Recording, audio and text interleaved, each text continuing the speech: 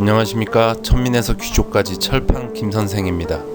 부자 세금 많이 들어보셨나요? 이번 편에는 부자 세금 그 불편한 지실에 대해서 잠시 얘기해보는 번외편의 시간을 가져보도록 하겠습니다. 부제는 학교에서 우리가 배우지 못한 불편한 진실입니다. 네, 이번 편도 공상이에요. 부르주아지를 무너뜨리는 방법은 과세와 인플레이션의 맷돌 사이에서 으깨는 것이다.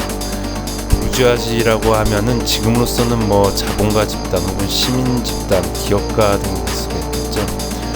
참 무서운 얘기입니다. 부르주아지를 무너뜨리는 방법은 과세와 인플레이션의 맷돌 사이에서 으깨는 것이다. 흔히 알려진 블라디미르. 공상을 시작해보죠. 정부가 복지를 위해서 부자들에게 세금을 더 올려야겠다라고 발표했습니다. 공상입니다.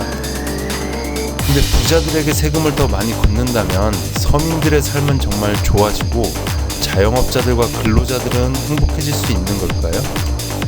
한번 생각해보죠. 50억 이상을 보유한 사람들을 부자라고 한번 정해보죠. 50억의 기준이 뭐냐고요? 저도 몰라요. 우리가 어떤 세금의 기준을 갑자기 변경하게 될 때 그 기준을 정확하게 알게 된 적이 있나요? 알고 있는 사람이 있을까요? 50억을 가진 부자들한테 1년에 세금 5천만 원만 줘 하고 있었던 정부가 이제는 세금 1년에 1억씩은 줘야 되겠어 라고 했다고 생각을 해보세요. 50억 중에 1억이면 아직까지 2%밖에 되지 않으니까 큰 부담은 되지 않겠네요. 시간이 1년이 지났습니다. 갑자기 이번엔 부자들한테 서민 복지를 해야 되니까 세율을 올려야겠어. 자, 이제 1년에 1억씩 내던 세금을 1년에 2억씩 줘. 이런 상황이 왔다고 생각을 해보세요. 부담감이 어떨까요? 다시 또 시간이 1년이 지났습니다. 부자들한테 서민 복지를 위해서 세금에 대한 공시평가액이 올랐으니까 이제 연간 2년씩 줬던 세금을 이제는 연 4억씩 줘. 이렇게 된 상황이 한 번 더 왔다고 생각을 해보세요. 부자들은 뭐라고 할까요? 어쩔 수 없지. 서민 될 수 있을 때까지만 세금 내면서 버텨보자. 이렇게 할까요? 아니면 이러다가 가진 거 다 잃겠다. 다른 거에서 경쟁력 있게 다시 시작할 수 있을 때 빨리 떠나자 라고 할까요? 부자가 만약에 떠나는 것을 선택한 부자가 이사를 온다고 하면 다른 곳에서는 뭐라고 할까요? 부자 싫어, 오지마.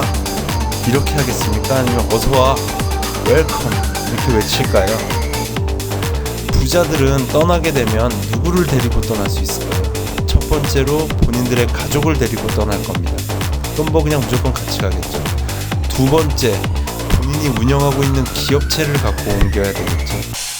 그리고 세 번째, 이분들은 따라올 수도 있고 따라오지 않을 수도 있지만 생계가 달려있는 근로자분들, 직원분들을 데리고 가실 수 있을 거예요.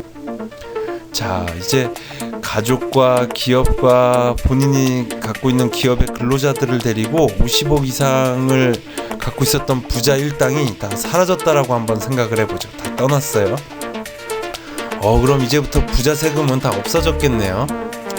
아니죠. 정부는 이제 부자의 기준을 낮춰서 세금을 걷기 시작합니다.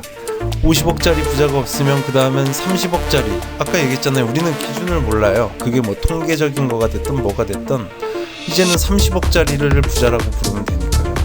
점점 이렇게 부자의 기준은 낮춰져 갈 겁니다. 30억, 20억, 10억, 6억 이런 식으로요.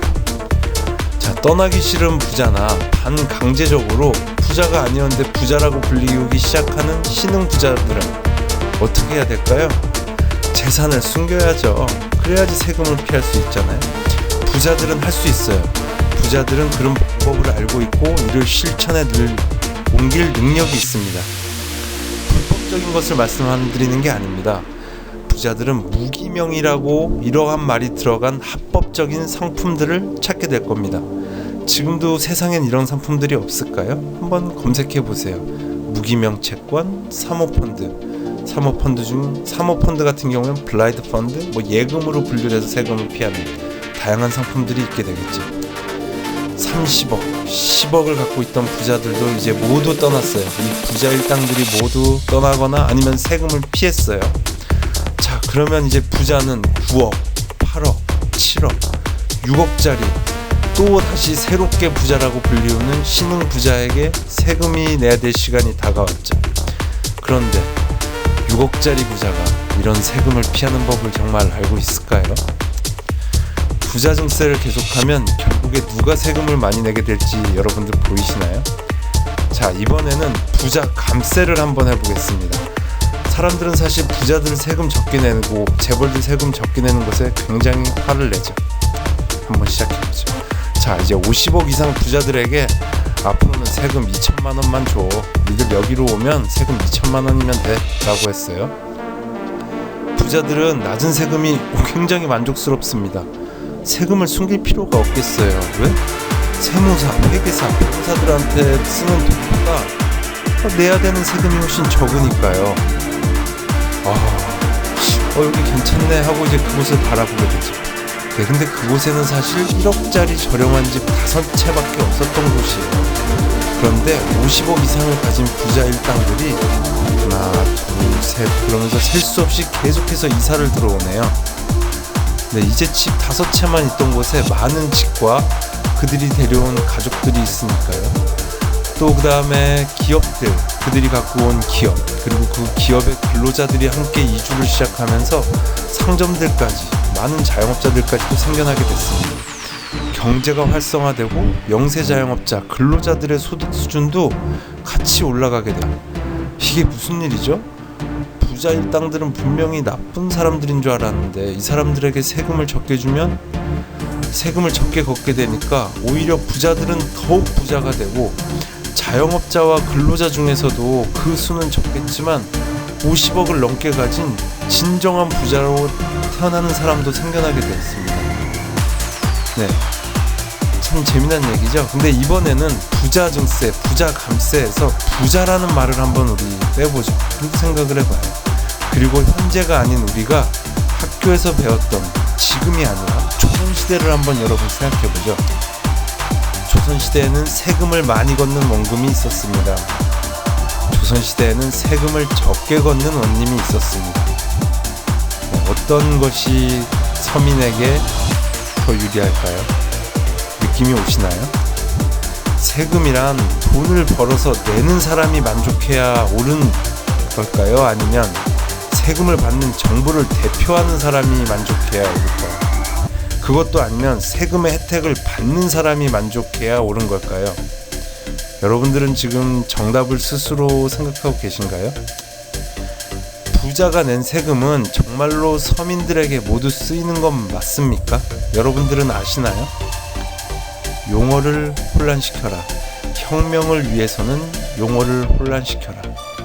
다시 한번 우리가 알고 있는 이름, 블라디미르 레닌. 네, 부자 세금에 대한 불편한 진실편, 아니 불편한 공상편이었습니다. 감사합니다.